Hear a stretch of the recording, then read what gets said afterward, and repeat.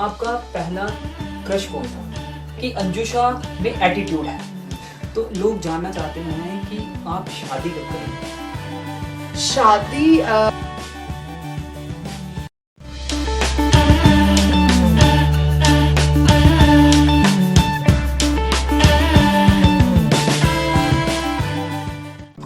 Hello friends, मेरा नाम है जसवीर सिंह और मेरे साथ है मिस्टर आरजे।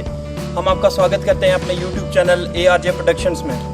हाँ तो दोस्तों, आज हम ARJ प्रोडक्शन की टीम के साथ पहुंचे हैं अंजुशा शर्मा के घर पे, जो कि आजकल सोशल नेटवर्किंग साइट्स पर जानी जा रही हैं शर्मा जी के नाम से भी। और हाल ही में इनका जो न्यू सॉन्ग आया है रंग सावला, उसी की कामयाबी के ऊपर हम इनसे मिलने आए हैं और इनसे करेंगे कुछ बातें। और इसी के साथ आप देखते रहिए ARJ प्रोडक्शंस। Thank you. नमस्कार, आदाब, प्यार, सत्कार, तेज सत श्री अकाल। मैं हूं अंचित शर्मा और आप सभी का हमारे खास कार्यक्रम खास मुलाकात में स्वागत है। दोस्तों, आज के खास मुलाकात की जो हमारी मेहमान हैं वो एक फनकार हैं, एक अदाकार भी हैं और एक अच्छी कलाकार हैं, जिन्होंने अपने सफर की शुरुआत रियलिटी कार्यक्रमों से की और आज उनके 2 पंजाबी वीडियो सॉन्ग रिलीज हो चुके हैं और लोगों का काफी प्यार उन्हें मिल रहा है, लोगों की सपोर्ट उन्हें मिल रही है, जिन्होंने अपनी कामयाबी की इबारत से लोगों की लड़कियों के प्रति सोच को बदलने में कामयाबी हासिल की है। हम बात कर रहे हैं very beautiful, very talented, in fact multi talented, सुरों की सरगम, मधुर आवाज की धनी, रियासी के बीजेपुर में रहने वाली मिस अंजुशा शर्मा का। Anjusha ji, welcome in our show. Thank you so much Anchit, और सभी व्यूअर्स को मेरी तरफ से प्यार भरी नमस्कार। अंजुशा जी, मेरा पहला सवाल कि ये जो सिंगिंग का इंसेक्ट है, ये कब आपके अंदर आया? कब आपने जाना कि आपको इस लाइन में जाना है? कब इसकी शुरुआत हुई? ये एक्चुअली इंसेक्ट ही होता है, बिल्कुल सही बात है। क्योंकि मैंने दूसरा वर्ड इसके लिए इस्तेमाल नहीं किया, मैं वो करना चाहता था लेकिन मुझे लगा कि चैनल में उस तरह का एक क्रेज होता है एक आर्टिस्ट को, और सिंगिंग का जैसे इंसेक्ट, जैसे हम कहते हैं ना गायकी का कीड़ा, वो बचपन से ही एक आर्टिस्ट में आ जाता है। क्योंकि मेरी मम्मा खुद बहुत अच्छा गाते हैं, मेरे पापा एक बहुत अच्छे आर्टिस्ट हैं, तो वो मुझे लगता है हमारे अंदर फैमिली से ही है, तो it is in the blood, तो वो लगातार वैसे ही चल रहा है। तो आगे आप क्या क्या करना चाहेंगी? आपके गाने अभी 2 रिसेंटली आए हैं, पंजाबी गाने आए हैं, उनके बारे में बताइए। और आगे आपकी क्या क्या विश है, कहाँ आपको पहुंचना है, कहाँ आपकी मंजिल है? जी, मेरे 2 पंजाबी सॉन्ग्स आए हैं, सूट पटियाला शाही और रंग सांवला, जिसको व्यूअर्स ने बहुत ज्यादा प्यार दिया है, उसके लिए मैं आप सबकी बहुत बहुत शुक्रगुजार हूँ। और आगे पहुंचने की बात देखिए कि कोई भी एंड नहीं है, म्यूजिक का सीखने का कोई एक मैं कहती हूँ कि एक एंड नहीं है और कोई इसका लिमिट नहीं है। तो आप जहां तक जाना चाहें, जहां तक मुझे लगता है माता रानी ले जाएंगी, वहां तक जाएंगे। हमें लगता है कि अब आप एक ब्रांड हैं, हर कोई आपसे बात करना चाहता है। आपने बताया कि सोशल मीडिया में काफी लोग आपको फॉलो करते हैं, आपको मैसेज करते हैं। तो पहले की अंजुशा 10 साल पहले या 15 साल पहले और अब की अंजुशा कैसा सोचती है? क्या डिफरेंस लगता है आपको? इन सालों में क्या बदला है आपकी लाइफ में? जब छोटे थे, मेरी स्कूलिंग देहरादून से हुई है, और उससे पहले मैं Shastri memorial high secondary school Reasi में भी 3-4 साल पढ़ी हूँ, और उसके बाद मैं वहां पे देहरादून में गई थी। तो उस टाइम पे स्टूडेंट्स, जब बच्चा होता है उस टाइम पे नहीं पता होता कि आप फ्यूचर में क्या करेंगे, किस तरह का आपका सिनेरियो होगा, आप क्या क्या करना चाहते हैं, तो बहुत सारी चीजें थी माइंड में। लेकिन स्टार्टिंग से ही आई डोंट नो हाउ, मतलब मुझे सिंगिंग का स्टार्टिंग से ही वो एक कीड़ा जैसे कहते हैं वो था। मतलब मैं जब छोटी थी 5-6 इयर्स की, तभी से मतलब स्कूल में जैसे मेरे टीचर्स हैं, ग्रुप सॉन्ग में कभी हमने गा लिया, या मेरे पापा ने कभी मुझे रामलीला स्टेज पे गवा दिया, तो वो सब चीजें चलती थी। कभी ऑन सीरियस बेसिस नहीं सोचा था कि मैं प्रोफेशनल लाइन में इसको, मतलब एज अ प्रोफेशन इसको मैं एज अ टास्क करूंगी। लेकिन ये था कि मैं गायकी पसंद करती थी, गाना पसंद करती थी, सुनना पसंद करती थी, और इसको प्रोफेशन बनाने का आइडिया तो फिर धीरे धीरे समझ में आया कि we can go for it. आपने पहले ही बता दिया कि आपके फैमिली में ऐसा माहौल था। गुरु किसे मानती हैं? क्रेडिट किसे देंगी अपनी कामयाबी का? और मार्गदर्शन आपको कहाँ से मिला? कौन सा ऐसा वो पॉइंट था, टर्निंग पॉइंट था, जहां आपको लगा कि आप इस लाइन में काफी कुछ कर सकती हैं और आप इस लाइन में आई? जी, गुरु तो एक्चुअली मेरी जो संगीत की दीक्षा शिक्षा हुई है वो देहरादून से हुई है, पंडित राजकुमार शर्मा जी से, और उनकी मैं आभारी हूँ। वो मेरे गुरु जी हैं, और जो भी सिखाया है उन्होंने सिखाया है। उसके बाद ग्रेजुएशन टाइम पे मैं जम्मू में जब ग्रेजुएशन कर रही थी, तो आई टुक म्यूजिक एज अ सब्जेक्ट, और उसके बाद मास्टर्स खैर मेरी लिटरेचर में हुई है, ब्रिटिश लिटरेचर में। म्यूजिक खैर सीखना एक अलग चीज है, इंस्पिरेशन एक अलग चीज है। तो इंस्पिरेशन मैं कहूंगी कि मुझे मेरी मदर से बहुत मिली है, क्योंकि वो बहुत अच्छा गाते हैं। और जो आपने पूछा कि एक साथ किसने दिया, मतलब एक आपको किसने हाथ पकड़ के आगे बढ़ाया, तो वो मेरे पेरेंट्स थे। क्योंकि उस टाइम पे, क्योंकि जब बच्चा एक छोटा होता है और जब वो गुनगुनाता है, तो अगर उसके पेरेंट्स उस चीज को रिकॉग्नाइज नहीं करेंगे तो बच्चा खुद भी उस चीज को रिकॉग्नाइज नहीं कर सकता है। तो मुझे लगता है कि मेरे पेरेंट्स ने बहुत ही ज्यादा, मैं आज जो भी हूँ, all credit goes to my mamma papa. मेरे पापा का नाम कुलदीप कुमार शर्मा है, मम्मा का नाम शक्ति शर्मा है, और शर्मा फैमिली से हैं। और इतना ज्यादा सपोर्ट मिला है फ्रॉम द विलेज विजयपुर गांव से उठ के उस स्टेज पे जाना जहाँ पे लोग आपको फॉलो करें। तो मुझे लगता है वो सारा सपोर्ट मेरे पेरेंटल सपोर्ट था। अब लोग ये भी जानना चाहते होंगे, मुझे ऐसा लगता है कि अंजुषा अगर सिंगर नहीं होती तो क्या होती? एक्चुअली कभी भी, मैं आपको सच बताऊं, जब से मैंने होश संभाला है, जब मुझे पता है कि, क्योंकि जब छोटे होते हैं तो पता नहीं होता कि व्हाट इज गोइंग ऑन, पर जब से होश संभाला है मुझे लगता है कि मेरे माइंड में सिर्फ एक आर्टिस्ट ब्लड ही था, हमेशा से एक आर्टिस्ट ही था जो मेरे अंदर था, मुझे लगता है। क्योंकि दूसरी चीज कभी माइंड में आई ही नहीं। स्टार्टिंग से जब से होश संभाला है, मैं गा रही हूँ, तो मुझे लगता है कि वो सिंगिंग और एक्टिंग और वही सब चीजें माइंड में थी, कभी दूसरा ऑप्शन नहीं था। But at the same time I want to say कि अगर मैं सिंगर नहीं होती तो मुझे लगता है मैं सोशल वर्कर होती, क्योंकि मेरे फादर खुद एक सोशल वर्कर हैं और सोसाइटी के लिए, देश के लिए करने का जज्बा जो है हमारी फैमिली में पहले से ही है। तो अगर मैं सिंगर नहीं होती तो मैं सोशल वर्कर आप होते। और आप स्वच्छ भारत के भी ब्रांड एम्बेसडर आपको रियासी डिस्ट्रिक्ट में बनाया गया है, उसके ऊपर भी बात करेंगे आगे। उससे पहले ये बताइए कि आपके 2 गाने अभी आए हैं जी, काफी लोगों ने उन्हें पसंद भी किया है, और उनकी शूटिंग कहाँ हुई, किस प्रोडक्शन हाउस ने उन्हें शूट किया, उस बारे में तफसील से जानकारी दीजिए। जी, सूर पटियाला शाही जो मेरा पहला गाना आया था 1 साल पहले, बहुत प्यार दिया था लोगों ने उसे। वो 7 नोट्स की तरफ से आया था, और गाने की अभी भी अगर आप व्यूज देखेंगे तो मुझे लगता है 4 मिलियन के आसपास, 40 लाख के आसपास व्यूज हैं यूट्यूब पे। तो ये एक बहुत बड़ी बात है। एक रियासी विजयपुर की लड़की हूँ, और पंजाब में भी और पूरे इंडिया में लोगों ने गाने को बहुत प्यार दिया है। और उसकी शूटिंग भी पंजाब में हुई थी। और जो अभी गाना आया है रंग सांवला, वो जीत रिकॉर्ड्स की तरफ से है। एसपी बिल्लू खेड़ा सर और मनोज सिंह हैप्पी यूएस से, वो उनका प्रोडक्शन हाउस है। और वहां से जो मेरा गाना रंग सांवला आया है, उसकी पूरी टीम, जो उसका म्यूजिक किया है वो गैग स्टूडियोज ने किया है, लिरिक्स मट शेरोंवाला के हैं, वीडियो डायरेक्ट की है लाली बैंस जी ने।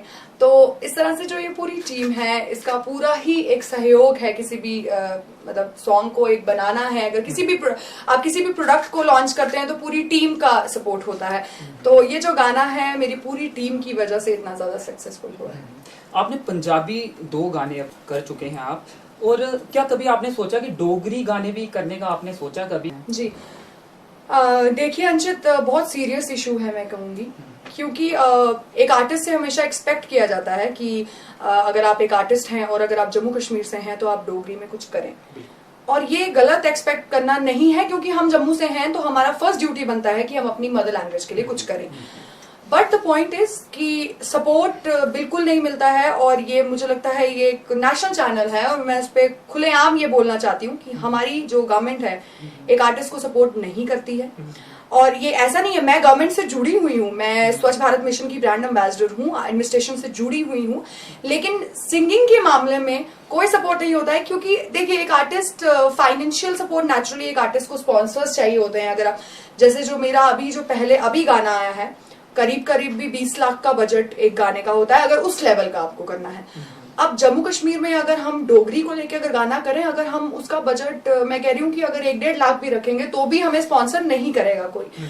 जैसे अभी स्वच्छ भारत मिशन की जब मैं एम्बेसडर बनी थी तो मेरा ये कहना था कि हम स्वच्छ भारत मिशन पे एक गाना करना चाहते हैं, क्योंकि मैं अपनी तरफ से कंट्रीब्यूट करना चाहती थी कि अगर मैं सिंगर हूँ तो मेरी तरफ से कुछ तो होना चाहिए जो मैं सोसाइटी में कंट्रीब्यूट करूँ। हम अपना पर्सनल प्राइवेट काम कर रहे हैं, पर सोसाइटी के लिए हम क्या कर रहे हैं।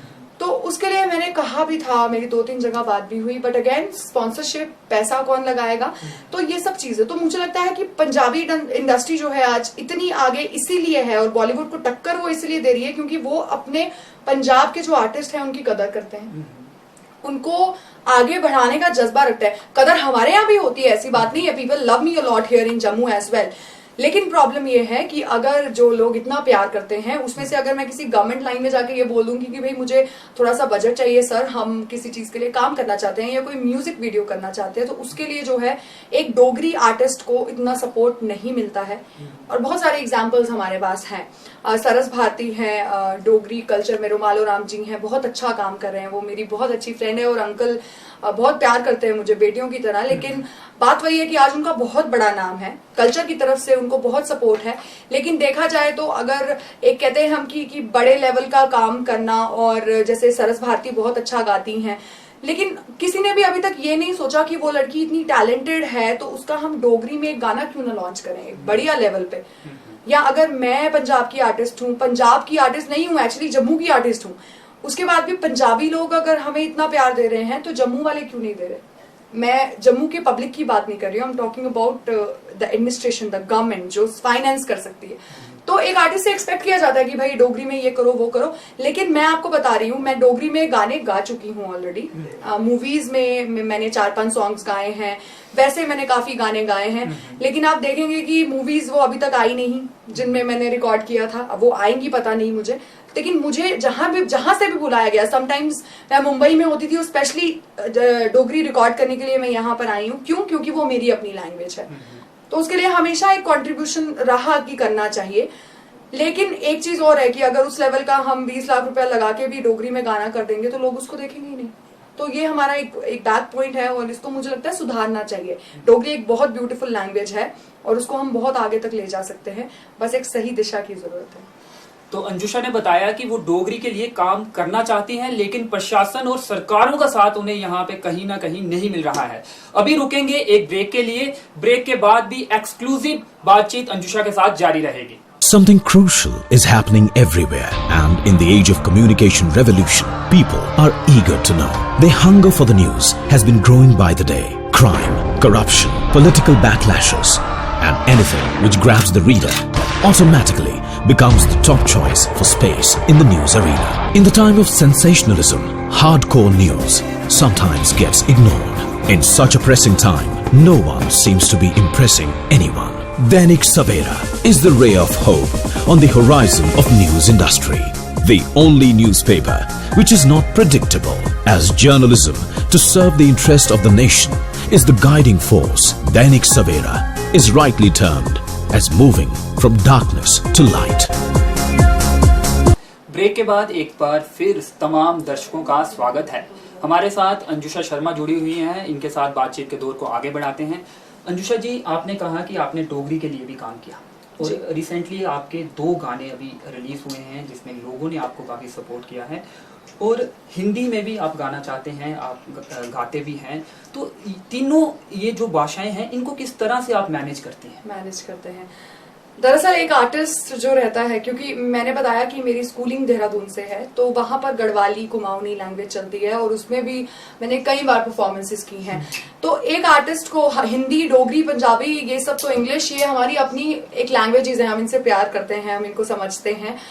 लेकिन जो लैंग्वेज समझ में नहीं आती है वो भी एक आर्टिस्ट गा सकता है, क्योंकि एक आर्टिस्ट को सिर्फ उसका मीनिंग पता होना चाहिए कि उसका फीलिंग क्या है, जो वो गा रहा है वो किस तरह का, वो सैड है, रोमांटिक है, बीट है, क्या है, उसका मतलब क्या है।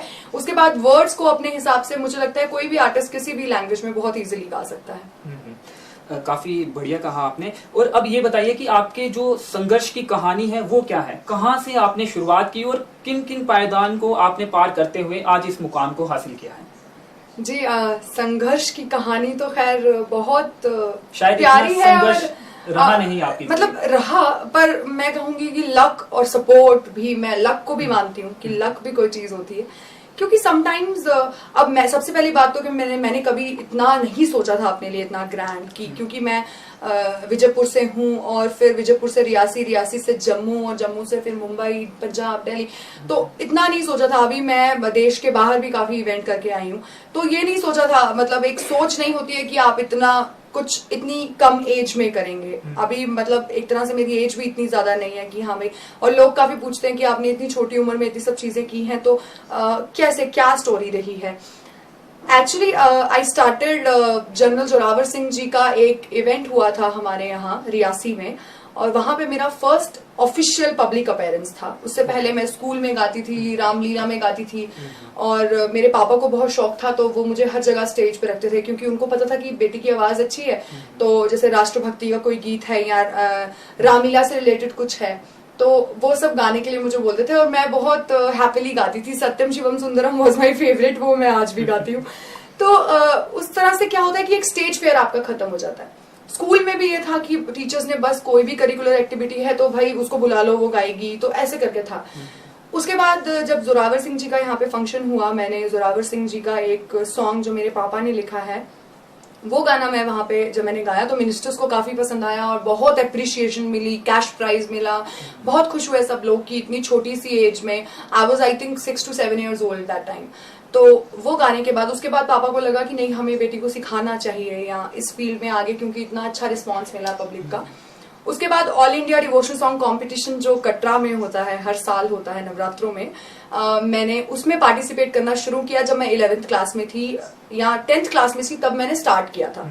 तो 3 साल उसमें मतलब स्ट्रगल करने के बाद आई वुड से, क्योंकि फर्स्ट ईयर मैं उसमें सेमीफाइनल्स तक पहुंची थी, सेकेंड ईयर फाइनल्स में पहुंची थी, थर्ड ईयर था, तीसरे साल जब पार्टिसिपेट किया तब मैं उसकी विनर घोषित हुई थी। और ये बहुत बड़ी बात थी, और मुझे लगता है माता रानी के आशीर्वाद से ही वो एक करियर जो है वो शुरू हुआ था मेरा। और उसके बाद वो प्राइज मिला और कॉन्ट्रैक्ट मिला, तो वो एक मेरे लिए सबसे ज्यादा गोल्डन मोमेंट थी, क्योंकि उस टाइम मुझे कुछ भी नहीं पता था कि म्यूजिक लाइन क्या है, कैसी है, और सिर्फ एक कंपटीशन जब वो विन कर लिया, एज अ विनर जब आपको कोई बोलता है तो एक बहुत बड़ी रिस्पॉन्सिबिलिटी आ जाती है। तो उसके बाद आवाज पंजाब दी MH1 चैनल, उस पे जाने का मौका मिला, मैं वहां की रनर अप रही हूँ। उसके बाद ZTV हीरो सारेगामापा में जाने का मौका मिला, टॉप 15 कंटेस्टेंट में थी मैं, और बहुत अच्छा लगता था जब मतलब करोड़ों की भीड़ वहां पे ऑडिशन देने आती है, और जब आप अपने आप को टॉप 15 में देखते हैं तो वो एक बहुत प्राउडफुल मोमेंट होता है। और उसके बाद अभी रिसेंटली वॉइस ऑफ पंजाब किया है, PTC पंजाबी। तो इस तरह से जो है चलता रहा, और लेकिन बहुत स्मूथली चला, मतलब एक पता भी नहीं चला कि हाँ, जहाँ उतार चढ़ाव थे, फैमिली का इतना सपोर्ट था कि कभी पता नहीं चला कि कुछ, it was beautiful, very nice. तो जो गायक इस लाइन में अपना भविष्य बनाना चाहते हैं उनसे क्या कहेंगे, जिनके साथ इतना सपोर्ट भी नहीं है, फैमिली का सपोर्ट नहीं है, फाइनेंशियल सपोर्ट नहीं है, उनसे आप क्या कहना चाहेंगे, किस तरह से वो इस मुकाम को हासिल कर सकते हैं? देखिए, फैमिली का सपोर्ट नेचुरली मुझे था, फाइनेंशियल, क्योंकि देखिए nobody is going to put 15 to 20 lakhs आपके प्रोजेक्ट में, चाहे वो आपके पेरेंट्स ही हैं, क्योंकि everybody is a middle class family. और मेरे पापा भी NHPC में ऑफिसर हैं, बट स्टिल किसी के पास भी मैं कहूंगी इतना खुला पैसा नहीं होता है कि हम प्रोफेशन में उस चीज को लगा पाए अपने बच्चों के लिए। और मेरे पेरेंट्स ने क्या नेचुरली इकोनॉमिकली हर जगह जितना वो सपोर्ट कर सकते थे उन्होंने किया है। और उसके बाद जब एक मुकाम बन गया तो वो कंपनीज आ जाती हैं फिर कि हाँ भाई हम आपके साथ करना चाहते हैं। लेकिन जो हमारी रियासी की यूथ है या जो हमारी जम्मू कश्मीर की यूथ है, जो कुछ करना चाहते हैं, सबसे पहले अपने पेरेंट्स को कॉन्फिडेंस में लीजिए। स्पेशली गर्ल्स के लिए अगर आप ये सोचते हैं कि मैं कुछ काम करूंगी तो लोग ऐसा बोलेंगे वैसा बोलेंगे, और अभी भी मैं आपको बता रही हूँ मेरे पीठ पीछे लोग काफी बातें करते होंगे कि अंजुषा इस फील्ड में है और उसके पेरेंट्स उसको कैसे अलाउ करते हैं। क्योंकि मेरी फैमिली में मेरे पापा को कई बार लोग आके बोलते हैं, अपने ही रिलेटिव्स बोलते हैं कि आप अपने बेटी को कहाँ भेजते हैं जी, ये फील्ड सिक्योर नहीं है, ये फील्ड अच्छा नहीं है, आप उसको अकेले अकेले भेजते हैं, वो अकेले फ्लाइट से जा रही है वापस आ रही है, मतलब बहुत आपको डर नहीं लगता आपकी बेटी जाती है। तो अगर आप बेटे को भेज सकते हो तो बेटी को क्यों नहीं भेज सकते? What is the difference between a girl and a guy? मतलब क्या डिफरेंस है आजकल? मैं और अंशित यहाँ पे बैठे हुए हैं, हम एक साथ बात कर रहे हैं, तो हमारे में क्या डिफरेंस है? वो भी वैसी बात कर रहे हैं, मैं भी वैसी बात कर रही हूँ। तो एक लड़की लड़का का जो डिफरेंस है, आप बेटी को भेजते हैं, भाई कल को शादी होनी है ना, all that stuff you know.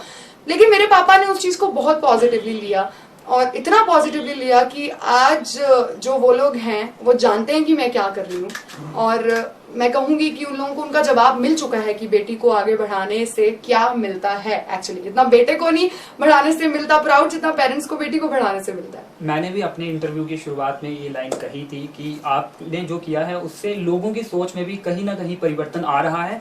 अंजुषा जी, अपनी पर्सनल लाइफ और प्रोफेशनल लाइफ में किस तरह से फर्क देखते हैं आप, किस तरह से मैनेज करती हैं इसे? मेरी professional life as a artist बहुत डिफरेंट है, और पर्सनल लाइफ में मैं बहुत एक सादी सी, एक नॉर्मल सी लड़की हूँ जो बहुत फन करना पसंद करती है। I am very fun loving kind of person.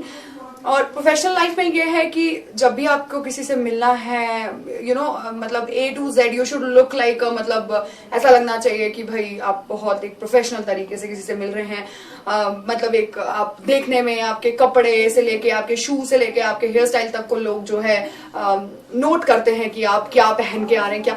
लेकिन मैं अपनी पर्सनल लाइफ में बहुत डिफरेंट हूँ। मैं वो लड़की हूँ जो बहुत लेट उठती है और बहुत लेट सोती है, जैसे हर कोई करता है, और फोन यूज करती है, इंस्टाग्राम पे फोटोज अपडेट करती है। उसके बाद वो लड़की है जो खाने पीने में मोमोज पसंद करती है और गली के गोलगप्पे जिसको बहुत पसंद है। तो आई am a very personal kind, बहुत एक नॉर्मल तरह की लड़की हूँ। और कई बार ऐसा होता है कि घर पे आई हूँ तो कहीं बाहर जाना है, तो वो एक जो रेडी होने का जो पार्ट होता है बीच में, वो मुझे बिल्कुल पसंद नहीं है। तो मुझे ऐसा लगता है कि यार I am in trousers and T shirts, तो मैं वैसे ही फटाफट स्नीकर्स पहन के निकल जाऊं। बट मेरी मम्मा इज काइंड ऑफ पर्टिकुलर, तो वो कहते हैं कि नहीं यार कहीं बाहर जा रहे हो तो ढंग के कपड़े पहनो। और कई बार ऐसा हुआ है कि मैं कहीं बाहर होती हूँ तो लोग, एक बार हुआ था मैं बस वैसे ही सिंपल ऐसे ही निकल गई थी कहीं पे, I was wearing loose T shirt, और किसी ने मुझे पूछा कि आप अंजुषा शर्मा है, तो I said no I am not. तो ऐसी चीजें भी हो जाती है जहाँ पे हम कई बार सोचते हैं यार अगर सही बोल दिया तो बोलेंगे यार ये ऐसे घूम रहे हैं। तो बट मुझे नॉर्मल लाइफ जीना बहुत पसंद है। तो क्या कभी आपकी इस लाइफ की वजह से आपकी प्रोफेशनल लाइफ पर भी असर पड़ता है? असर नहीं पड़ता, एक्चुअली फन क्रिएट हो जाता है। जैसे एक बार मैं जम्मू में कहीं पे गोलगप्पे खा रही थी, और मैं बहुत मतलब चाट पापड़ी वाली बंदी हूँ, मुझे ये चीजें बहुत पसंद है। मतलब I would not prefer to go to 5 star to have a dinner, I rather prefer to go to a dhaba and eat something very spicy and जो हर एक लड़की को पसंद होता है। तो एक बार गोलगप्पे खा रही थी, और जब वापस आई तो फेसबुक पे 4-5 लोगों के मैसेज थे, अंजुषा जी आप गोलगप्पे खा रहे थे, किसी ने लिखा था अंजुषा जी आपको गोलगप्पे पसंद है तो हम घर भेज दें। तो ऐसी चीजें बहुत कई बार ऑकवर्ड हो जाती हैं कि यार मतलब ऐसी चीजें भी नहीं हम कर सकते। और एक आर्टिस्ट का सबसे बड़ा प्रॉब्लम होता है कि वो पब्लिकली जो वो करना चाहता है वो कर ही नहीं सकता, क्योंकि उसे पता है कि वहां पे कुछ लोग उसे नोट कर रहे हैं, एवरी टाइम वो आईज में है। तो वो जो मस्ती, वो एक फन, हम एक नॉर्मल लड़कियों की तरह वो लड़कियों के ग्रुप में जाके लोगों के साथ मतलब वो फन नहीं हम कर सकते। तो वो एक रहता है। परिवार में कौन कौन है? फैमिली में मम्मी पापा के बारे में आपने बताया, उसके अलावा कौन है फैमिली में? मेरे मम्मा पापा हैं, मेरी सिस्टर है मंजुषा शर्मा, मुझसे छोटी हैं और बहुत अच्छी डांसर हैं वो, और गाती भी बहुत अच्छा है। मेरा ब्रदर है हर्षवर्धन शर्मा, और वो बहुत अच्छा एक्टर है। और इस तरह से मैं कहूंगी मेरे पापा बहुत अच्छे पेंटर हैं, बहुत अच्छे राइटर हैं, बहुत अच्छे सिंगर हैं, और NHPC में ऑफिसर है। तो मेरे मम्मा बड़ा अच्छा गाते हैं। तो वो एक हमारा जो परिवार है पूरा एक आर्टिस्टिक परिवार है। तो आई एम ग्लैड कि मेरा परिवार ऐसा है। आपने पहले भी जिक्र किया कि उसकी मदद कहीं ना कहीं आपको मिली। तो अब ये बताइए कि आपको क्या क्या पसंद है, फूड में क्या पसंद है, हॉबीज क्या क्या है आपकी? फूड में तो गोलगप्पे बहुत पसंद है, मोमोज खाना बहुत पसंद है। मुझे लगता है जम्मू कश्मीर में मोमोज बंद हो गए हैं। बंद तो हो गए नहीं है, लेकिन एक अभियान चल रहा है और सबसे ज्यादा दुखी मैं हूँ क्योंकि मुझे बहुत पसंद है। और हम लोग की लाइन ऐसी है, सिंगिंग लाइन में लोग कहते हैं ये नहीं खाना वो नहीं खाना, बट मैं बता दूं मैं हर एक चीज खाती हूँ। मिर्ची इज माय फेवरेट, अचार मैं हमेशा खाती हूँ खाने के साथ। तो ऐसा नहीं है, आप गले को जिस तरह से पालते हैं गला उस तरह से चलता है। तो ऐसा नहीं है। आने वाले सिंगरों के लिए गलत मैसेज? नहीं गलत मैसेज नहीं है। मतलब जो लोग इस चीज का प्रैक्टिस करते हैं, जिन्होंने स्टार्टिंग से परहेज किया है, तो वो कुछ गलत खा लेंगे तो गला एकदम से पकड़ लेगा उसको, है ना। और क्योंकि मैंने स्टार्टिंग से ही परहेज नहीं किया, स्टार्टिंग से I was a spicy girl, you know. हर एक स्पाइस खाना, मतलब हमारे यहाँ जैसे जम्मू में किम्ब होता है, किम्ब खाते हैं हमारे बाहर, शायद दर्शकों को नहीं पता होगा, वो मेरा फेवरेट है। मतलब एवरी टाइम अगर कहीं से किसी के घर से तोड़ के भी लाना पड़े, I am ready and then have to eat it. तो मैं बहुत स्पाइस लविंग बंदी हूँ, और मैं मतलब हर चीज खाती हूँ, नॉट अ काइंड ऑफ परहेज टू। मुझे लगता है कि एक सवाल का जवाब अंजुषा शर्मा से हमारे दर्शक जरूर जानना चाहेंगे कि आपका पहला क्रश कौन था? एज सच क्रश कोई नहीं था। सीरियसली मतलब कि क्रश होता है कि it's not related to being in relationship with someone या ऐसा कुछ, क्योंकि मैं अपने सिंगिंग प्रोफेशन के साथ ही रिलेशनशिप में हूँ and I am really happy with my partner. और क्रश एज सच कोई भी नहीं था, मुझे ऐसा लगता नहीं है। No celebrity crush? Celebrity crush है, और हमेशा वही रहेंगे। और इट्स नॉट क्रश, मैं उनकी बहुत रिस्पेक्ट करती हूँ, अक्षय कुमार जी। और मैं जी इसलिए कह रही हूँ कि he is the only person जिसके लिए मुझे लगता है I would like to stay up, और मैं खड़े होकर अगर किसी बंदे के साथ ऑटोग्राफ लेना चाहती हूँ या सेल्फी लेना चाहती हूँ तो ही इज द पर्सन। मतलब मैं उनको जेन्युइनली इतना पसंद करती हूँ क्योंकि वो सब, उनमें कुछ खूबियां हैं जो बहुत अच्छी हैं। एक तो वो फिजिकल फिटनेस देखिए आप, और उसके बाद योगा जो वो करते हैं, होम्योपैथी जो उनका है, घर में उन्होंने अपने घर में जो है, मैं जैसे उनको फॉलो करती हूँ, उनके घर में उन्होंने पुदीना, उन्होंने घर में टमाटर लगाए हैं, घर में सब्जियां लगाई हैं, तो ही सो नेचुरल, नेचर के साथ जुड़ा हुआ है इंसान। Early in the morning, early in the morning और अर्ली इन द नाइट वो सो जाते हैं, और मतलब उनसे सीखने को बहुत कुछ मिलता है एक्चुअली। और अभी जैसे उनकी मूवी आ रही है टॉयलेट, तो वो एक बहुत अच्छा स्वच्छ भारत मिशन को लेके एक बहुत अच्छा मैसेज है। और अक्षय कुमार जी हमारे आर्मी के लिए बहुत कुछ करते हैं, देश के लिए। मुझे लगता है he is a social worker, तो इसलिए मैं उनको बहुत रिस्पेक्ट करती हूँ। अगर किसी सेलिब्रिटी से मैं मिलना चाहती हूँ तो ही is the one, he is the only one. आपके एक्टर तो आपने बता ही दिया, सिंगर कौन है फेवरेट, और इसके साथ आपके किस डांसर को आप सबसे ज्यादा पसंद करते हैं? क्योंकि हमने देखा कि आपके गानों में आपने डांस भी किया है और काफी माशाल्लाह काफी अच्छा डांस आपने वहां पे किया हुआ। मैं I am a non dancer, I am a very bad dancer actually. खैर सिंगिंग लाइन में मुझे सुनीति चौहान जी बहुत पसंद हैं, क्योंकि उनके गाने गाना मैं पसंद करती हूँ। मेरा वॉइस टोन कुछ उस तरह का है कि उनके गाने मैं गाना पसंद करती हूँ। आशा भोसले जी मुझे बहुत पसंद है, राहत फतेह अली खान साहब, इन सबको सुनना पसंद करती हूँ। पंजाब में सुरिंदर कौर जी बहुत खूबसूरत गाती हैं, और गाती रही हैं इनफैक्ट। और उसके बाद नसीबो जी, नूरजहां जी, ये जो सिंगर्स हैं, ये मतलब ऐसे सिंगर्स हैं कि इनका अगर हमें थोड़ा सा भी पोर्शन सीखने को मिल जाए तो हमारे लिए बहुत बड़ी बात है। तो लोग जानना चाहते हैं कि आप शादी कब करेंगी?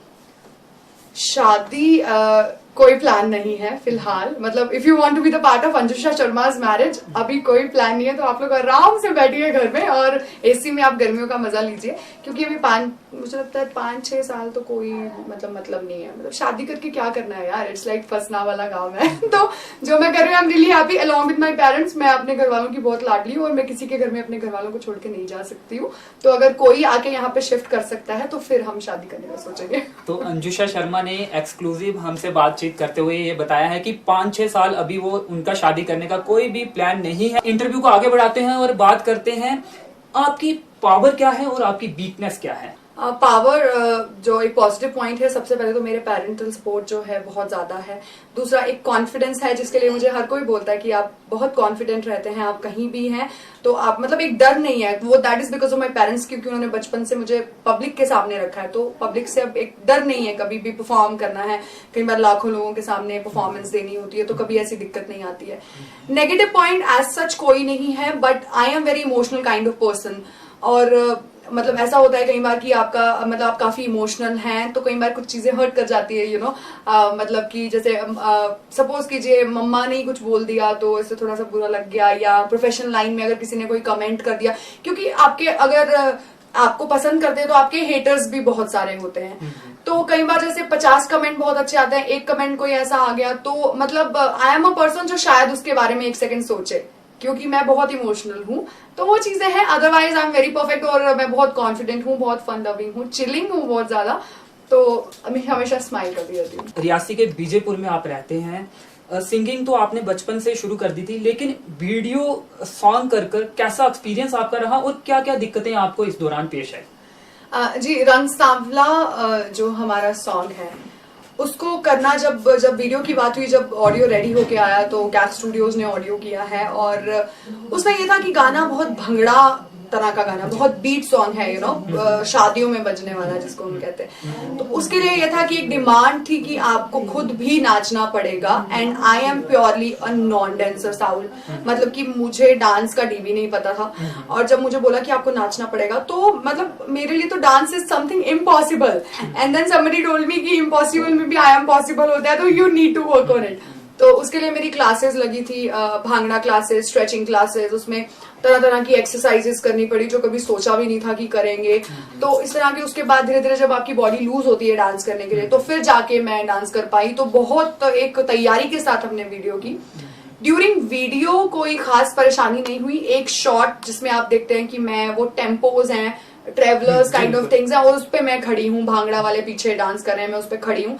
तो पहले प्लान था कि उसको हम चलाएंगे, बट फिर थोड़ा जब उसको चलाने लगे तो उसका रोड भी वहां का ठीक नहीं था, तो थोड़ा प्रॉब्लम होने लगा। तो वो ये था, मुझे लगता था मैं कब गिर जाऊंगी शूटिंग के टाइम, बट देन भगवान ने थोड़ा साथ दिया कि मैं गिरी नहीं वहां से।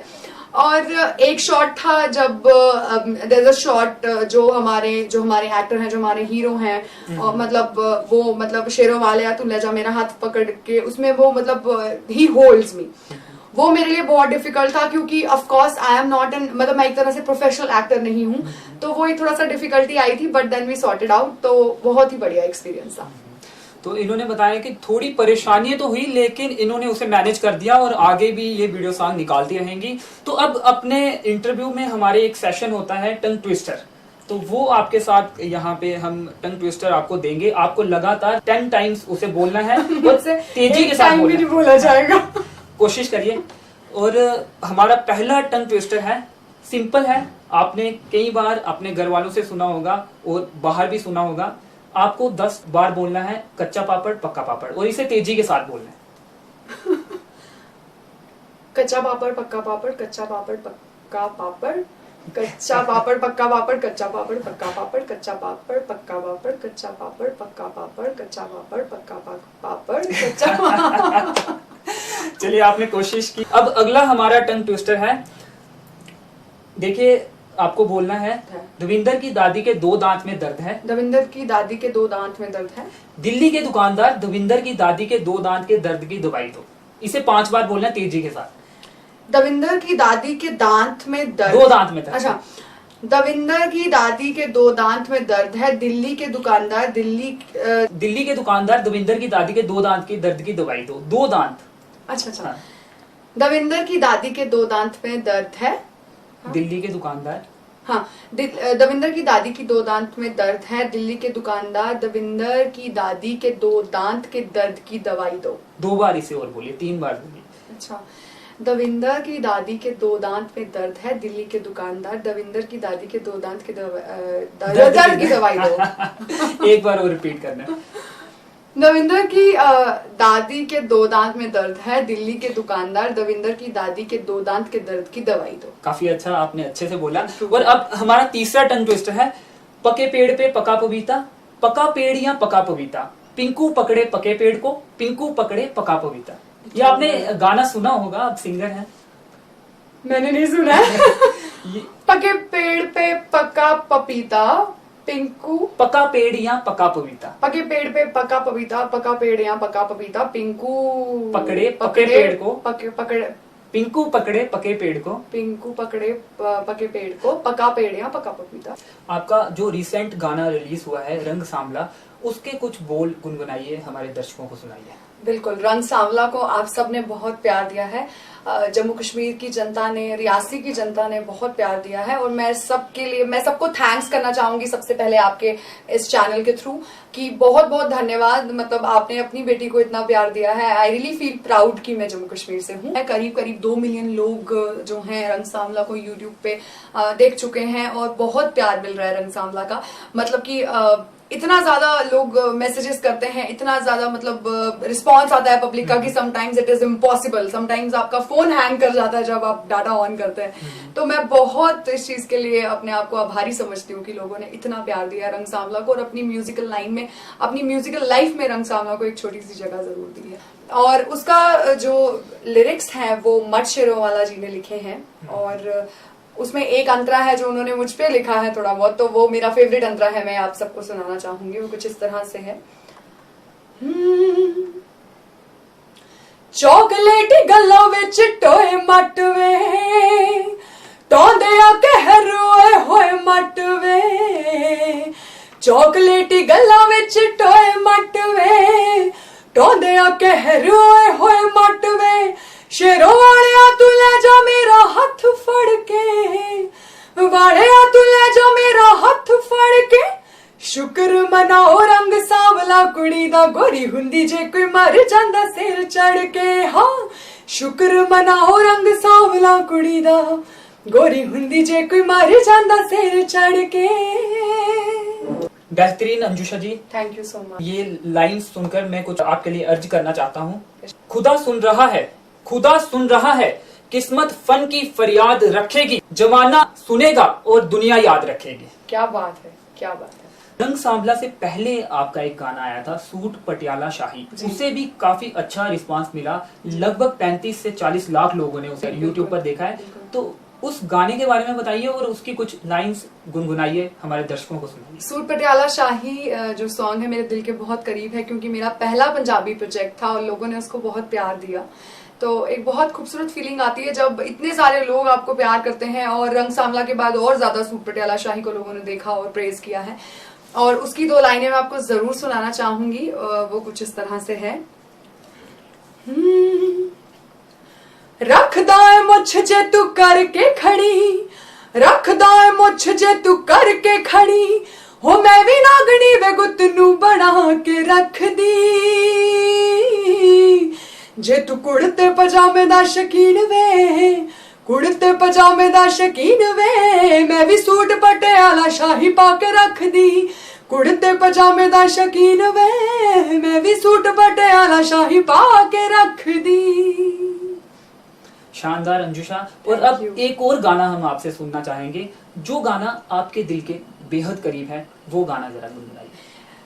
जी एक्चुअली बहुत सारे सॉन्ग्स हैं, क्योंकि एक सिंगर का कभी भी एक गाना फेवरेट नहीं हो सकता है, क्योंकि हम बहुत सारे गाने सुनते हैं और बहुत पसंद करते हैं। बट एक गाना है जो मेरे दिल के बहुत करीब है। जब मैं छोटी थी, जब मैं 5th क्लास में थी, जो पहला गाना मैंने जनरल जोरावर सिंह जी का, जो मेरे पापा का लिखा हुआ गाना है, वो जरूर सुनाना चाहूंगी। क्योंकि जनरल जोरावर सिंह हमारे यहाँ के एक वॉरियर रहे हैं, नेपोलियन ऑफ इंडिया उनको कहा जाता है। तो उनके प्रेज के लिए जो पापा ने गाना लिखा था वो मैं जरूर सुनाना चाहूंगी। वो कुछ इस तरह से था। रियासी दिया जंगलां च शेर जे गज्जिया, डोगरी वीरा जोरावरा। रियासी दिया जंगलां च शेर जे गज्जिया, डोगरी वीरा जोरावरा।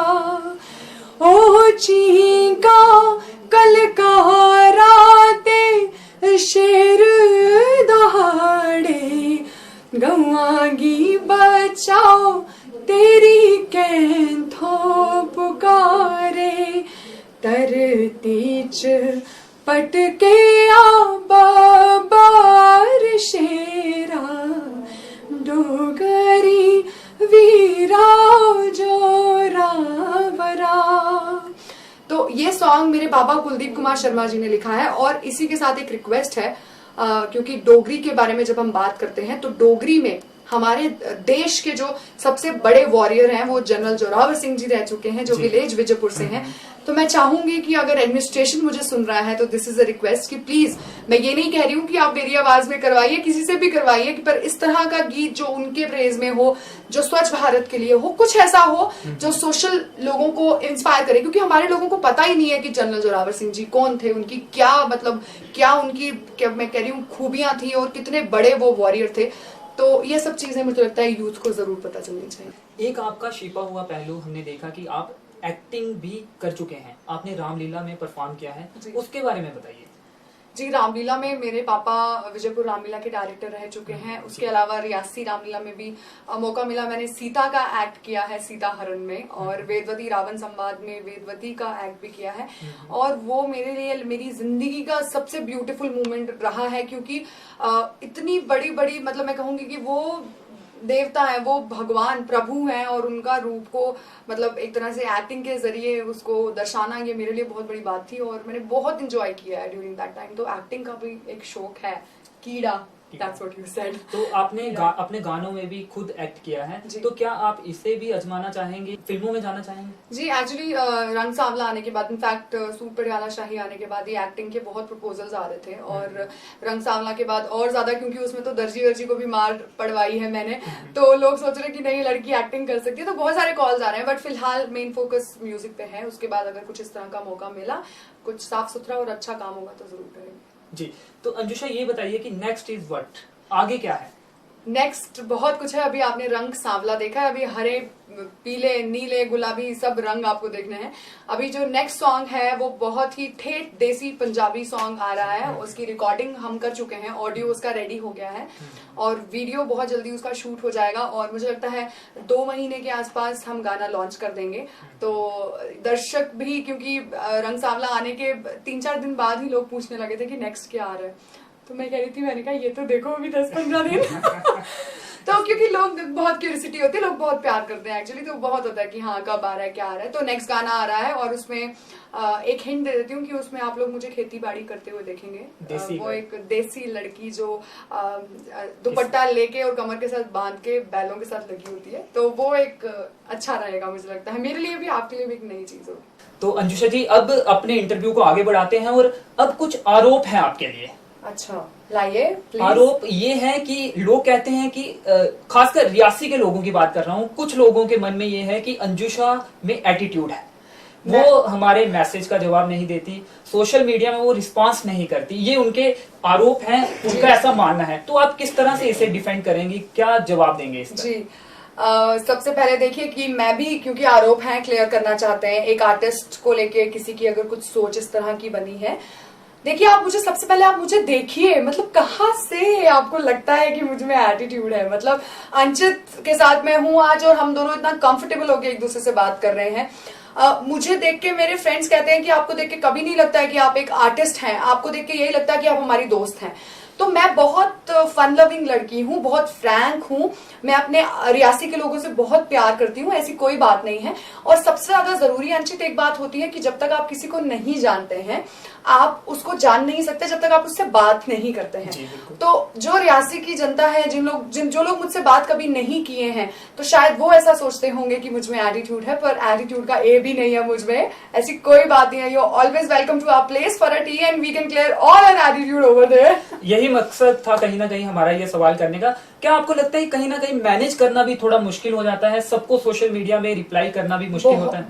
बहुत ही ज्यादा मुश्किल होता है अंचित, क्योंकि इंस्टाग्राम है, देखिए फेसबुक है, स्नैपचैट है, दुनिया भर की चीजें हैं जहाँ पे लोग आपको फॉलो कर रहे हैं, आपको रिक्वेस्ट आ रही हैं। फेसबुक पे मेरे मतलब थाउजेंड्स में फ्रेंड्स क्रॉस हो चुके हैं, मैं और ज्यादा रिक्वेस्ट नहीं एक्सेप्ट कर सकती हूँ, पेज मुझे हैंडल करना होता है। तो मतलब एक छोटी सी जान और इतना कुछ हैंडल करना बहुत मुश्किल है। पर मेरी कोशिश रहती है, क्योंकि हम अगर आर्टिस्ट बनते हैं तो हमारे फैंस, हमारे सपोर्टर्स हमें बनाते हैं, तो मेरी हमेशा ये कोशिश रहती है, आप मेरी मम्मा से पूछ लो, every time I am having my phone along with me and every time I'm trying to open the messages, और मैं कोशिश करती हूँ कि मैं रिप्लाई करूँ। तो मोस्टली लोगों को मेरी कोशिश होती है कि मैं रिप्लाई करूँ, लेकिन फिर भी हर किसी को पॉसिबल नहीं हो पाता है। पर उसके लिए मैं हाथ जोड़ के आप सबसे सॉरी फील कर रही हूँ, और यह है कि मेरी कोशिश हमेशा रहती है आप सबको रिप्लाई करने की। तो कोई भी ऐसी बात नहीं है कि मैं किसी फैन को इग्नोर करती हूँ, क्योंकि आप सब लोग मुझे बहुत प्यारे हैं। तो आपने इसका बड़े ही बेहतरीन तरीके से जवाब दिया। अब हमारा अगला आरोप, हिंदी आप अच्छी बोलती हैं, इंग्लिश अच्छी बोलती हैं, पंजाबी भी अभी आपने सीखी है, शायद पहले की आपको भी आती हो, लेकिन डोगरी हमने आपको बोलते हुए बहुत कम देखा है। आपने सरकारों को, प्रशासन को डोगरी के शोज नहीं करने का आरोप लगाया, लेकिन हमने अंजुषा शर्मा को किसी भी प्लेटफॉर्म पर डोगरी बोलते हुए नहीं सुना। और मुझे ये भी लगता है कि शायद आप घर पे भी कभी डोगरी नहीं बोलते होंगे। तो अगर आप ही डोगरी का प्रचार प्रसार नहीं कर रहे तो फिर आप कैसे किसी पे आरोप लगा सकते हैं? ये बहुत ट्रिकी और बहुत अच्छा क्वेश्चन है अंचित। देखिए, डोगरी मैं घर में बोलती हूँ, मेरी मम्मा पापा के साथ मेरी डोगरी में बात होती है। हिंदी में मैं कंफर्टेबल इसलिए हूँ क्योंकि मेरी स्कूलिंग जो है वो रियासी जम्मू कश्मीर से बाहर हुई है, तो एक वो भी फैक्टर होता है। क्योंकि मैं फिफ्थ क्लास में थी तो हमने ये एरिया छोड़ दिया था, और मैं पढ़ाई, क्योंकि मेरे पापा एनएचपीसी में है तो साथ साथ में हम रहे, और हिंदी इंग्लिश का फ्लुएंस जो था उस तरीके से ज्यादा अच्छा है। लेकिन डोगरी जब मैं कभी प्रोग्राम्स में जाती हूँ तो मेरी कोशिश रहती है कि मैं डोगरी में जरूर कुछ ना कुछ सुनाऊं ऑडियंस को। और कई बार ऐसा होता है कि मैं सोशल मीडिया पे भी लोग जैसे मुझे डोगरी में क्वेश्चन करते हैं तो मैं डोगरी में उसको, क्योंकि जब हम लाइव जाते हैं फेसबुक पे या इंस्टाग्राम पे, जो मुझे हिंदी में क्वेश्चन करते हैं उनको हिंदी में जवाब देती हूँ, जो पंजाबी में करते हैं उनको पंजाबी में, जो डोगरी में करते हैं उनको डोगरी में। और डोगरी ये हमारी माँ जैसी है, इसको हम प्यार क्यों नहीं करेंगे, ये हमारी अपनी लैंग्वेज है। तो मुझे बहुत प्यारी है डोगरी, और बहुत अच्छे से मुझे बोलना आती है, और मैं बोलती भी हूँ, ऐसी कोई बात नहीं है। So this is not the आरोप फॉर मी। चलिए अब अगले आरोप की तरफ बढ़ते हैं और ये हमारा अंतिम आरोप है। आप डिस्ट्रिक्ट रियासी की स्वच्छ भारत अभियान की ब्रांड एम्बेसडर हैं। कार्यक्रम के दौरान आपको अनाउंस किया गया था और आपने वहां पे स्पीच की थी, काफी अच्छी स्पीच आपने वहां पे दी थी और मैंने भी सुनी थी, लेकिन उसके बाद आप कहीं भी इस मुद्दे को लेकर नजर नहीं आए जी। कहीं भी अपने जो भी प्लेटफॉर्म आपको मिलता है उस पे आपने स्वच्छ भारत का जिक्र नहीं किया जी। केवल नाम के लिए आप स्वच्छ भारत का ब्रांड एम्बेसडर बनी हुई है। नहीं, ऐसी कोई बात नहीं है। ये भी एक बहुत अच्छा क्वेश्चन है क्योंकि लोगों की क्योरीज जो है वो क्लियर होनी चाहिए। देखिए, कई बार ऐसा होता है कि चीजें ग्राउंड वर्क में होती हैं और पब्लिक के सामने आने में चीजों को टाइम लगता है। जब मैं ब्रांड एम्बेसडर अनाउंस हुई हूँ उसके बाद हमने काफी प्रोजेक्ट्स किए हैं। कटरा में हमने स्वच्छ भारत मिशन का प्रोजेक्ट किया, रियासी में हमने काफी ड्राइव्स निकाली हैं स्वच्छ भारत मिशन को लेके, बहुत सारे डस्टबिन हमने इंस्टॉल करवाए हैं। जब हमारे यहाँ पे अपने एमपी आए हुए थे उस टाइम पे हमने डस्टबिन इंस्टॉल करवाए। कहीं जगह पे डस्टबिन, मेरी म्यूनिसिपल कॉर्पोरेशन से बात हुई कि डस्टबिन लगवाने हैं हमने। अब मेरा ये होता है कि मेरा काम ये है एज अ ब्रांड एम्बेसडर, मुझे चीज पहुंचानी है सरकार तक कि ये प्रॉब्लम है, ये प्रॉब्लम है। तो मेरी डीसी सर से हफ्ते में 3-4 बार इस बारे में बात होती है। लेकिन जब तक काम अंडरग्राउंड चल रहा है तो पब्लिक को उस चीज का नेचुरली नहीं पता चलता है। दूसरी चीज, 2-3 महीने से मैं बिजी रही हूँ, आई एग्री, क्योंकि मेरा अपना पंजाबी प्रोजेक्ट था जो रंग सांवला आ रहा था, उसको लेके मैं बिजी रही हूँ। लेकिन स्वच्छ भारत मिशन को लेके मेरे माइंड में हमेशा, मैं अभी पीटीसी चकदे पे मेरा इंटरव्यू हुआ था और उसमें मैंने ये बात बोली थी कि मैं वहां की ब्रांड एम्बेसडर हूँ और हम जो है इस बारे में, इस चीज के लिए काम कर रहे हैं। अभी जैसे सूले में हमारा एक प्लान था कि सूले में जो हमारा रियासी का जो सूला एरिया है उसमें काफी गंदगी है, तो वहां पे हम सोच रहे थे कि 1-2 दिन के लिए टिकट का इंस्टॉलेशन करके हम वहां पे कुछ इस चीज का कुछ कार्यक्रम करें।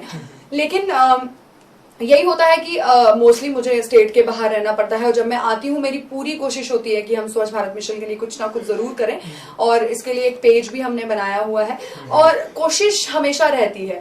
लेकिन ऐसा नहीं है कि मतलब बनाया गया और मैं काम कर नहीं रही हूँ, क्योंकि जहां भी मुझे पब्लिक अपेयरेंस में मौका मिलता है, हमेशा मेरा कोई भी शो आप देखिएगा, हमेशा मेरा ये रहता है कि उसमें बेटी बचाओ, बेटी पढ़ाओ और भारत को स्वच्छ बनाओ। ये हमेशा मैं बोलती हूँ, हमेशा मेरा किसी भी स्टेट से ये मैसेज जरूर जाता है कि आप अपने भारत को स्वच्छ रखिए। देश में स्वच्छ भारत अभियान चल रहा है, लोग जागरूक भी हुए हैं, लेकिन आपको क्या लगता है कि क्या और करने की जरूरत है कि तेजी के साथ लोगों की सोच में बदलाव आए और एक हमारा जो देश है वो पूर्ण रूप से स्वच्छ हो सके, हमारा डिस्ट्रिक्ट स्वच्छ हो सके? जी, दरअसल देखिए, लोगों की सोच में ही बदलाव आना सबसे ज्यादा जरूरी है। जैसे अब मैं हूँ, मुझे आप देखेंगे स्टार्टिंग में मैं भी ऐसी नहीं थी, क्योंकि कोई भी नहीं होता है, क्योंकि उस टाइम पे हमारे माइंड में ये सिनेरियो ही नहीं था साफ सफाई वाला कि मतलब ठीक है डस्टबिन यूज करते थे पर उस तरह का स्ट्रिक्टनेस नहीं थी। अब ऐसा है कि जैसे मैं अभी पीछे पंजाब से ट्रेवल कर रही थी रियासी, और पंजाब में क्योंकि ट्रेन में मुझे उस तरीके का लगा नहीं कि डस्टबिन में कहाँ फेंकूंगी, क्या करूंगी, तो मैंने जितना भी मेरा सामान था, जो भी खाने पीने का, सब मैं अपने बैग में रख रही थी। तो वो मेरी एक आदत बन चुकी है कि अगर कोई लिक्विड भी है उसको भी मुझे अपने पर्स में ही रखना है। मतलब मेरी हिम्मत नहीं होती कि मैं कोई चीज बाहर फेंकूं। तो वो सोच जब तक आपकी नहीं बनेगी तब तक आप भारत को स्वच्छ नहीं बना सकते हैं, क्योंकि आपको अपने से ही शुरू करना पड़ेगा। जब आप खुद शुरू करेंगे तो आप किसी और को देख नहीं पाएंगे वो चीज करते हुए, क्योंकि जब मैं कोई भी चीज बाहर नहीं फेंकती हूँ, कोई मेरे सामने करता है तो मैं उनको टोक देती हूँ कि नहीं आप ऐसा मत कीजिए, इसको आप पर्स में रखिए और जब आप घर पहुंचेंगे आप अपने घर में डस्टबिन में रखिएगा। कई बार 700 किलोमीटर भी, एक बार 700-800 किलोमीटर भी कई बार ट्रेवल करके आती हूँ और जो खाने का चिप्स होता है पैकेट उस टाइम भी पर्स में होता है और घर पे आके उसको फिर मैं तो मम्मा कभी बोलते होंगे कि आप सारा कचरा बाहर का यहाँ? नहीं, मम्मा नहीं बोलते हैं क्योंकि मेरे मॉम डैड खुद बहुत सोशली एक्टिव हैं। लेकिन एक बार मैं कहीं पे ट्रेवल कर रही थी तो मुझे, मेरे साथ जो बैठे थे उन्होंने मुझे वो ना कुछ खा रहे थे हम, तो उन्होंने बाहर फेंक दिया। तो मुझसे ना मतलब गुस्सा आ गया मुझे, एकदम से एक्सप्रेशन चेंज हो गया। मैंने उनको बोला, मैंने कहा ये आप मतलब क्या कर रहे हो, मतलब आपको ये नहीं पता है कि इतना बड़ा अभियान देश में चल रहा है और आपको इतना, और मतलब कि उसमें मेरा अगर प्रोफेशनल लाइफ भी सफर कर जाता है तो मैं तो अपने साथ के सिंगर्स को बोल देती हूँ कि यार ये तरीका आपका सही नहीं है। तो वो एक आदत बन चुकी है कि अब सच में अगर कभी मजबूरी भी हो कि भाई कोई चीज फेंकनी है, कई बार ऐसी चीज हम खा लेते हैं जो पर्स में हम डाल नहीं सकते, लेकिन मैं पर्स धोने को तैयार हूँ, लेकिन वो भी चीज मैं वहीं पर डिस्पोज करूंगी। स्वच्छ भारत अभियान के बावजूद भी लोगों के जो जहन है उनमें परिवर्तन नहीं आ रहा है, लेकिन क्या लगता है आपको अब समय आ गया है, अब वक्त आ गया है कि इसके ऊपर एक कानून बनाने की जरूरत है? जी वैसे तो बहुत चेंजेस आए हैं जब से स्वच्छ भारत मिशन हमारे यहाँ इंट्रोड्यूस हुआ है। बहुत जगह हमने चेंजेस देखे हैं और रियासी हमारा फर्स्ट डिस्ट्रिक्ट है जो ओपन डेफिकेशन फ्री, जो मोदी जी ने खुद मन की बात में अनाउंस किया था। और ये मेरे लिए बहुत प्राउड की बात है, हमारे पूरे एडमिनिस्ट्रेशन के लिए बहुत प्राउड की बात है कि रियासी पूरे देश का पहला डिस्ट्रिक्ट बना है जो ओपन डेफिकेशन फ्री है, यानी कि बाहर जो शौच के लिए जाते हैं वो चीज यहाँ पे पूरी तरह से बंद हो चुकी है। तो उसके लिए तो सबसे पहले रियासी को बहुत बहुत मुबारक। तो मुझे लगता है रियासी में तो चेंजेस आना शुरू हो चुके हैं, लेकिन जो लोग इस चीज को नहीं मानते हैं, बिल्कुल उनके लिए आपने सही कहा कानून। मैं कहती हूँ एक फाइन तो जरूर लगना चाहिए। मतलब आप ऐसे छोड़ रहे हैं पब्लिकली या कोई गंदगी आप फैला रहे हैं तो 500-600 रुपए का अच्छा खासा पर्चा कटना चाहिए उन लोगों पे। That is very important, seriously. लेकिन कानून तो काफी सारे रहते हैं लेकिन वो इम्प्लीमेंट नहीं होते। क्या लगता है कि कानून से ये हो पाएगा? जी जैसे देखिए ट्रैफिक रूल्स वाले हैं, उसी तरह से एक स्वच्छ भारत का होना चाहिए। एक पुलिस में ही अलग से भर्ती कर दीजिए कि जो जहां पे आपको गंदगी करता हुआ दिखता है उससे 500 रुपीज फाइन लीजिए, उसमें से 400 रुपए गवर्नमेंट को टैक्स दीजिए और बाकी जो आपको सैलरीज निकालिए। लेकिन जो गंदगी करता है, क्योंकि देखिए डर होना ही बहुत जरूरी है। कई बार होता है कि हम अपने माइंड से सोचते हैं कि ये हमारा अपना सेल्फ है कि हम नहीं करना चाहते या हमें ये नहीं करना चाहिए। कुछ लोग ऐसे भी होते हैं जो कहते हैं कि यार देश बदल रहा है तो बदलता रहे, हम नहीं बदलेंगे। तो उनके लिए ये कानून लागू करना बहुत जरूरी है, क्योंकि जब जेब में से 500 रुपए जाते हैं ना तो बहुत तकलीफ होती है।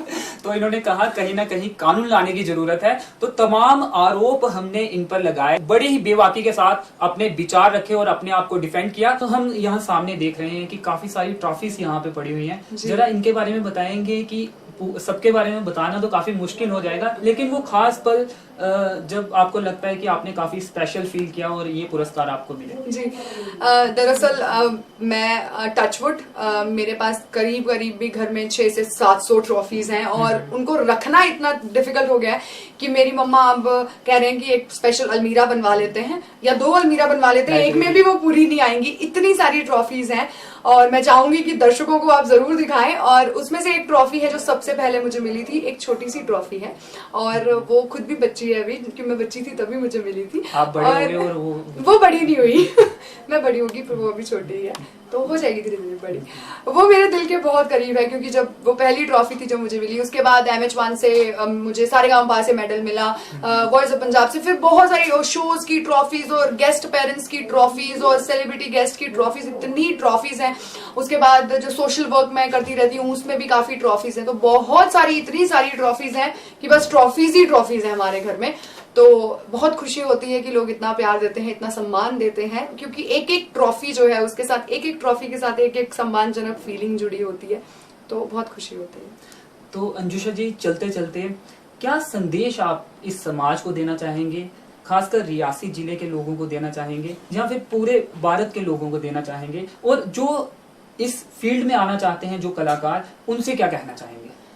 जी संदेश फिर से, जैसा कि मैंने हमेशा कहा कि बेटी को बचाइए और बेटी को पढ़ाइए, क्योंकि मैं भी एक बेटी हूँ। और आज अगर आप मेरा इंटरव्यू देख के खुश हो रहे हैं, आपके फेस पे एक स्माइल आ रही है, वो इसलिए है क्योंकि एक बेटी आपके सामने बात कर रही है। तो अपनी बेटी को भी उसी तरह से आगे बढ़ाइए, क्योंकि हर एक बेटी बहुत आगे जा सकती है। और मानिए, ट्रस्ट मी, कि जब आपकी बेटी कुछ बहुत बड़ा करती है तो जो बेटा करता है उससे ज्यादा आपको खुशी होती है। और मैसेज सबके लिए, पूरे इंडिया के लिए, पूरे जो जनता, जो लोग मुझे देख रहे हैं उनके लिए यही है कि इसी तरह से प्लीज आप लोग सपोर्ट करते रहिए। मेरे आने वाले प्रोजेक्ट्स को भी इसी तरह से प्यार दीजिए। बहुत जल्दी मेरा नेक्स्ट प्रोजेक्ट भी आ रहा है, तो प्लीज बहुत सारा प्यार दीजिए और अपने देश को, अपनी स्टेट को, डिस्ट्रिक्ट को स्वच्छ रखिए और बेटी को बचाइए, बेटी को पढ़ाइए। बेटों को भी प्यार दीजिए पर बेटी को थोड़ा सा ज्यादा तो बेटर रहेगा। तो बेटी को प्यार देने की इन्होंने बात कही है, बेटी को प्यार की जरूरत है। Nice meeting you, pleasure meeting you. Thank you so much Anchit, हमारे लिए समय निकालने के लिए थैंक यू। बहुत बहुत धन्यवाद आपकी पूरी टीम का, बहुत अच्छा लगा और बहुत अच्छा एक्सपीरियंस था आपसे बात करने का अंचित। तो आपके लिए भी शुभकामनाएं और जो मुझे देख रहे हैं उन सबको थैंक यू सो मच। नमस्कार, शुक्रिया। तो ये थी सिंगर अंजुषा शर्मा, जिन्होंने बड़े ही बेबाकी के साथ अपनी बात को इस चैनल के जरिए रखा। तो अगले हफ्ते फिर होगी मुलाकात किसी नई हस्ती के साथ। तब तक के लिए अंचित शर्मा का नमस्कार।